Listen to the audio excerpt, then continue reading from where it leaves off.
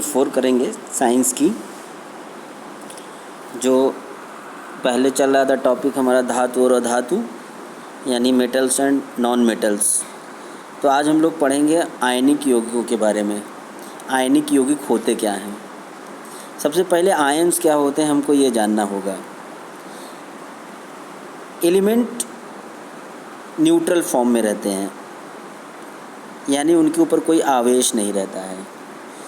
यदि एलिमेंट्स पे यानी तत्वों पर किसी भी प्रकार का, चाहे वो धनायन हो या ऋण आयन, किसी भी प्रकार का आवेश अगर आ जाता है तो उसको कहते हैं हम आयन। आयन दो तरीके के होते हैं, धनावेशित आयन और ऋणावेशित आयन। धनावेशित आयन तब बनते हैं जब कोई एलिमेंट या कोई तत्व इलेक्ट्रॉनों का त्याग करता है, और यदि कोई एलिमेंट इलेक्ट्रॉनों को ग्रहण करता है तो उसके ऊपर ऋण आवेश आता है। दूसरे शब्दों में कहें तो आयनिक यौगिक वे यौगिक होते हैं जिन्हें आयनिक आबंधों द्वारा एक साथ रखा जाता है। कोई भी तत्व अपने निकटतम उत्कृष्ट गैस विन्यास यानी नोबल गैस कॉन्फ़िगरेशन को अचीव करना चाहता है। अब वो अचीव करेगा कैसे? या तो इलेक्ट्रॉनों को ग्रहण करेगा या इलेक्ट्रॉनों का त्याग करेगा, जिसे अष्टक का नियम भी कहते हैं, यानी ऑक्टेट रूल कहते हैं। हालांकि ऑक्टेट रूल एक एलिमेंट ऐसा होता है जो नहीं फॉलो करता है, जो उसको फॉलो नहीं कर पाता है, उसका नाम है हीलियम, जबकि वो भी नोबल गैस ही है। अब हम देखेंगे कि कैसे आयनिक यौगिकों का निर्माण होता है। आयनिक यौगिकों का निर्माण किस तरह से होता है हम उसको देखेंगे। जैसे यहाँ पे आप देखिए आयनिक यौगिकों का निर्माण किस तरह से हो रहा है। इलेक्ट्रॉनों, दो एलिमेंट हैं सोडियम और क्लोरीन, और इन दोनों से मिल के बनेगा सोडियम क्लोराइड NaCl। तो सोडियम का जो परमाणु क्रमांक होता है यानी एटॉमिक नंबर होता है वो 11 होता है, जिसका हम कॉन्फ़िगरेशन लिख सकते हैं 2 8 1।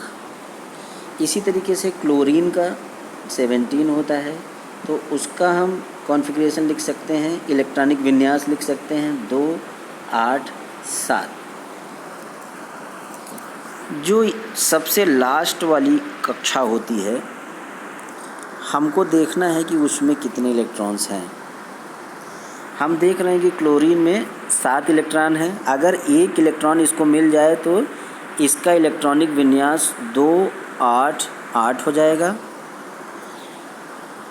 और सोडियम अगर एक इलेक्ट्रॉन अपना निकाल दे बाहर की तरफ, यानी किसी को दे दे, तो इसका इलेक्ट्रॉनिक विन्यास हो जाएगा 2 8।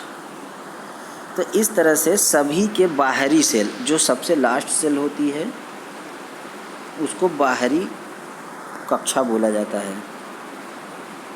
बाहरी कक्षा यानी आउटर सेल। तो आउटर सेल में अगर क्लोरीन एक इलेक्ट्रॉन ले लेता है तो 8 हो जाएगा, और सोडियम एक इलेक्ट्रॉन दे देता है तो इसके बाहरी सेल में 8 हो जाएगा। इस तरह से हम देख सकते हैं कि दोनों में 8 8 इलेक्ट्रॉन बाहरी कक्षा में हो जाएंगे।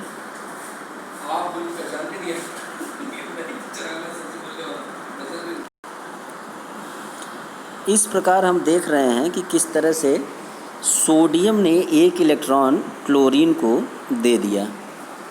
सोडियम ने एक इलेक्ट्रॉन क्लोरीन को दे दिया, तो सोडियम के ऊपर जो इलेक्ट्रॉन्स को देता है, इलेक्ट्रॉन्स देता है, उसके ऊपर धनात्मक आवेश आता है। उसके ऊपर धनात्मक आवेश आता है, और जो इलेक्ट्रॉन्स को लेता है यानी ग्रहण करता है उसके ऊपर ऋणात्मक आवेश आता है।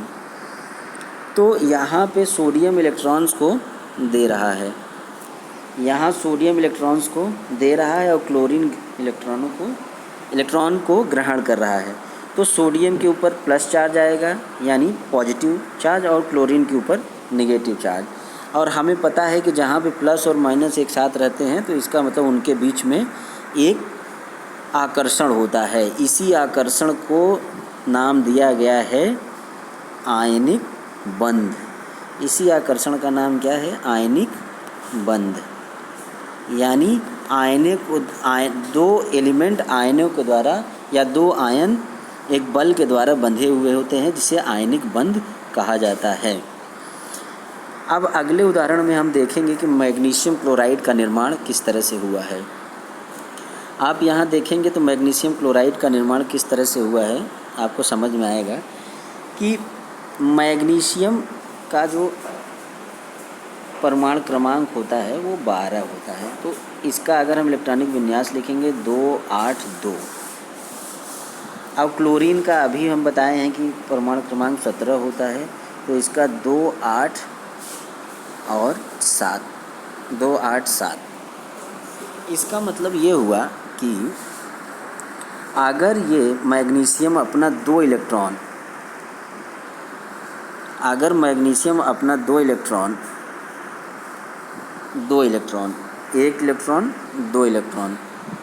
दो क्लोरीन एटम को दे दे, यानी यहाँ पे देखिए एक क्लोरीन एटम, दो क्लोरीन एटम और एक मैग्नीशियम, यानी एक इलेक्ट्रॉन इसको दे दे और एक इलेक्ट्रॉन इसको दे दे।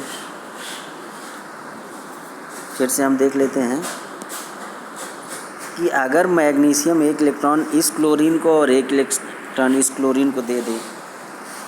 सोडियम ने जब दिया था एक इलेक्ट्रॉन तो उसके ऊपर आया था Na+। अब मैग्नीशियम ने दो इलेक्ट्रॉन दिया तो इसके ऊपर कौन सा आवेश आएगा? Mg2+, या इसको इस तरह से लिखें या तो प्लस करके दिखाएं। तो हम देख सकते हैं कि किस तरह से मैग्नीशियम दो इलेक्ट्रॉन को त्यागेगा और दो इलेक्ट्रॉन कौन लेगा? क्लोरीन लेंगे। इस तरह से मैग्नीशियम क्लोराइड बन जाता है, जिसका फार्मूला आपने 9th क्लास में लिखना सीखा होगा, Mg2+ और Cl-। तो इसका यहाँ इसके नीचे आता है और इसका इसके नीचे, तो MgCl2 बन जाएगा।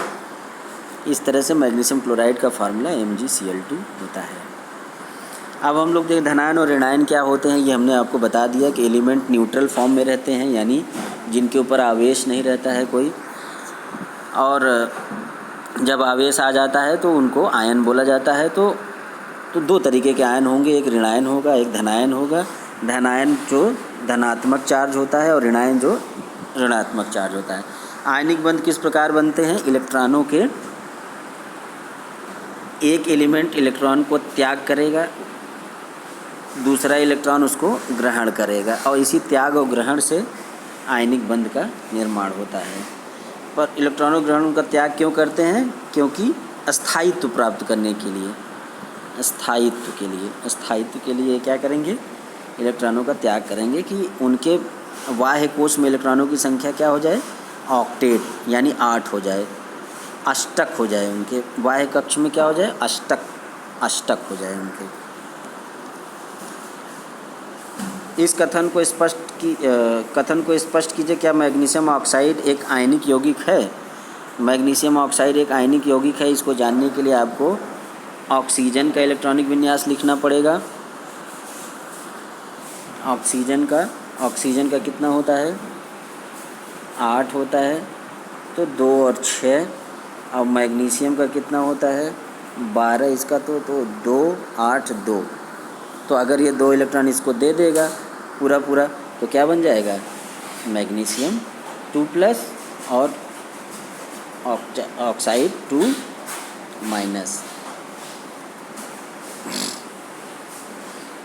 ऑक्साइड 2-। तो यहाँ ये एक आयनिक यौगिक है। इलेक्ट्रॉन स्थानांतरण द्वारा सोडियम क्लोराइड के निर्माण की व्याख्या कीजिए। ऊपर हमने व्याख्या देखा है किस तरह से कर सकते हैं उसको। और ये रहा आज की आपकी वर्कशीट पूरी हो गई। Thank you. और होमवर्क करते रहें सारे बच्चे, बाद में कॉपी उनकी चेक होगी। Thank you.